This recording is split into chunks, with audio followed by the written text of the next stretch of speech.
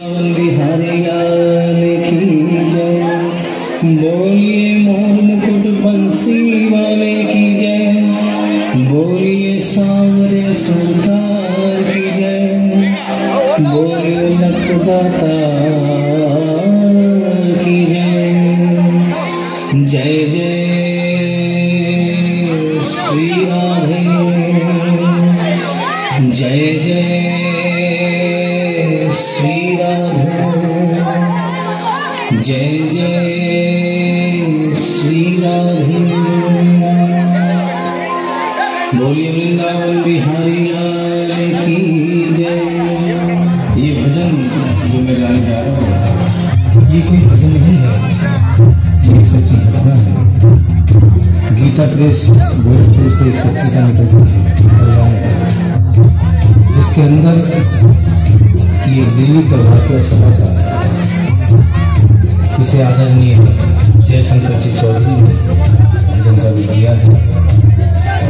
एक ऐसी औरत जो बचपन से वृंदावन धाम जाती थी, समय अपने रफ्तार से चलता गया, समय गुजरता गया, वो बड़ी हो गई, विवाह के योग्य हो गई, उसका विवाह हो गया, लेकिन वृंदावन धाम जाना नहीं छोड़ा। थोड़े दिनों के बाद प्रभु की कृपा से बाल बच्चे हो गए, लेकिन वृंदावन धाम जाना नहीं छोड़ा। समय गुजरता गया, बच्चों की भी शादी हो गई, लेकिन वृंदावन धाम जाना नहीं छोड़ा। नाती पोते हो गए, लेकिन वृंदावन धाम जाना नहीं छोड़ा। लेकिन कहते हैं कि बुढ़ापा एक ऐसा कड़वा सच है जिसे हर इंसान को स्वीकार करना पड़ता है। उस औरत ने जब ये देखा कि अब शरीर साथ नहीं देता, अंतिम बार वृंदावन धाम गई और वहां से कन्हैया की पीतल की मूर्ति खरीदकर अपने साथ अपने घर ले आई और बड़े प्यार से उसकी सेवा करने लगी। तो आइए उस औरत की जिंदगी में वो कौन सा वाकया हुआ, वो कौन सी घटना हुई, इस भजन के माध्यम से बता रहा हूँ। भगत के वश में है भगवान, भगत के वश में है भगवान, भगत के वश में है भगवान, भगत के वश में है भगवान। भक्त बिना ये कुछ भी नहीं है, भक्त बिना ये कुछ भी नहीं है, भक्त है इसकी जान, भगत के वश में है भगवान, भगत के वश में है भगवान, भगत के वश में है भगवान, भगत के वश में है भगवान। भगत मुरली वाले की रोज वृंदावन डोले, कृष्ण को लल्ला समझे, कृष्ण को लल्ला बोले, कृष्ण को लल्ला समझे, कृष्ण को लल्ला बोले। श्याम के प्यार में पागल हुई वो श्याम दीवानी, अगर भजनों में लागे छोड़ दे दाना पानी, अगर भजनों में लागे छोड़ दे दाना पानी। प्यार करने वाला भी उससे, प्यार करने वाला भी उससे, अपने पुत्र समान, भगत के वश में है भगवान, भगत के वश में है भगवान, भगत के वश में है भगवान, भगत के वश में है भगवान।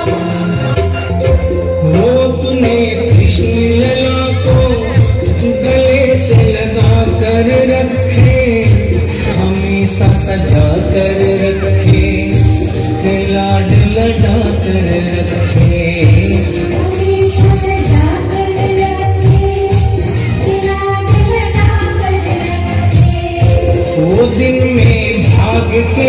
देखे, रात में जाग के देखे, कभी अपनी कमरे से शाम को झांक के देखे।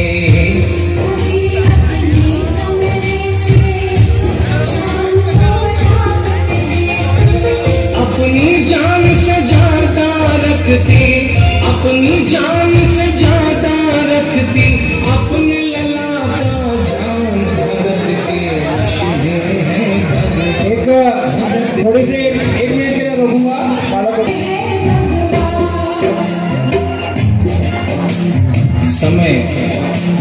समय अपनी गति से चलता रहता है। थोड़े दिनों के बाद घर में जन्माष्टमी का त्योहार आया। उस दिन संयोगवश उस औरत की तबीयत बहुत ज्यादा खराब थी। वो अपने बिस्तर से उठ भी नहीं पा रही थी। उसने अपनी बहू को आवाज देकर कहा कि बेटा आज जन्माष्टमी है, आज जन्माष्टमी है। आज मेरे कन्हैया को नहला धुलाकर, उसे चंदन का लेप लगाकर, उसे सुंदर वस्त्र पहनाकर पालने में बिठा दो। बहू जो कि एक जरूरी काम कर रही थी कंप्यूटर पे, उसने कहा कि माँ अभी थोड़ा वक्त लगेगा, अभी मैं बहुत जरूरी काम कर रही हूँ। जब 2-3 घंटे के बाद ये काम खत्म हो जाएगा तब तेरा जो काम है वो होगा।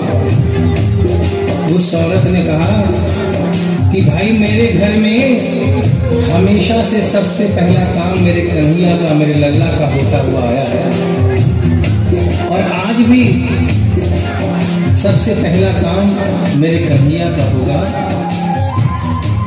ये काम करने के बाद तुम और कोई भी काम करो, मैं तुम्हें मना नहीं करूंगी।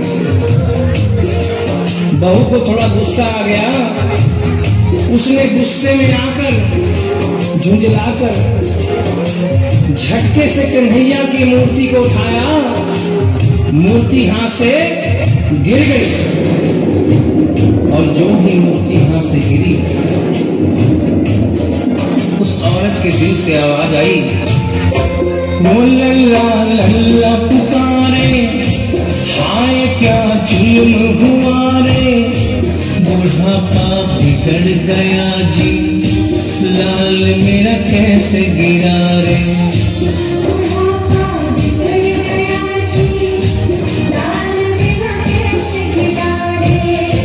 और अपने बेटे को बुलाती है और कहती है क्या,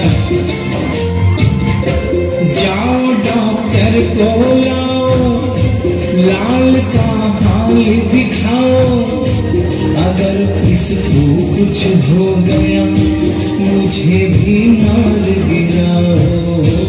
अगर इसको कुछ हो गया मुझे भी मार गिराओ। रोते रोते पागल हो गई, रोते रोते पागल हो गई, घर वाले परेशान, भगत के वश में है भगवान, भगत के वश में है भगवान, भगत के वश में है भगवान, भगत के वश में है भगवान। उसके बेटे ने लाख समझाने की चेष्टा की कि माँ ये पीतल की मूर्ति है, माँ ये पीतल की मूर्ति है, इसे गिरने से कोई चोट नहीं लगती। लेकिन वो एक ही रटन लगा के रखी थी कि किसी डॉक्टर को बुलाओ और मेरे कन्हैया को दिखाओ। हल्ला गुल्ला सुनकर पड़ोसी जमा हो गए। पड़ोसियों ने पूछा, भाई क्या बात है? लड़के ने कहा कि मेरी माँ पागल हो गई है, मेरी माँ पागल हो गई है। अरे पीतल की मूर्ति जमीन पे गिरी है तो कहती है कि डॉक्टर को बुलाओ। उन्हीं पड़ोसियों में एक बुजुर्ग आदमी थे। उन्होंने उसके बेटे को एक तरफ बुलाया और कहा कि बेटा क्यों झमेला करता है? अरे मोहल्ले में इतने सारे डॉक्टर हैं, किसी को बुला के ले आ, वो आके देख लेगा। और कहने का तेरा लल्ला ठीक है, तेरी माँ शांत हो जाएगी। लड़के के भी समझ में बात आ गई।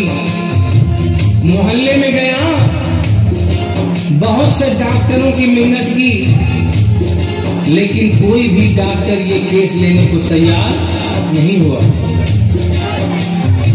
बड़ी मुश्किल से एक डॉक्टर को राजी किया और कहा कि डॉक्टर साहब, मैं आपको दुगनी तिगुनी फीस दूंगा, सिर्फ एक बार मेरे घर चलो और मेरी माँ से सिर्फ इतना कह देना कि तेरा लल्ला ठीक है। डॉक्टर भी लालच में आ गया, अपना ब्रीफ केस उठाया और उसके साथ उसके घर चला गया। और क्या हुआ, नबज को टटोल के बोले, ये तेरा लाल सही है, कसम खाकर कहता हूँ कोई तकलीफ नहीं है। वो माथा देख के बोले, ये तेरा लाल सही है, माई चिंता मत करियो, कोई तकलीफ नहीं है, माई चिंता मत करियो, कोई तकलीफ नहीं है। लेकिन उस बुढ़िया माई को तसल्ली नहीं हुई। उन्होंने कहा, अरे डॉक्टर, ये तू कैसा चेकअप कर रहा है? अरे अपना ब्रीफ केस खोल और उसमें से वो मशीन निकाल जो ऐसे कान में लगा के सीने पे लगा के देखता है ना, उससे मेरे कन्हैया की जांच कर।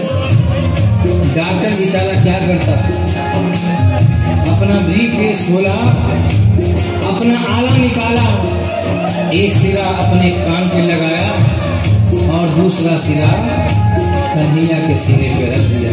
और क्या हुआ, जो ही सीने से लगाया, पसीना जम कर आया, उसने कई बार लगाया और डॉक्टर चकराया, उसने कई बार लगाया और डॉक्टर चकराया। धड़क रहा सीना लल्ला का, धड़क रहा सीना लल्ला का, मूर्ति में थे प्राण, भगत के वश में है भगवान, भगत के वश में है भगवान, भगत के वश में है भगवान, भगत के वश में है भगवान।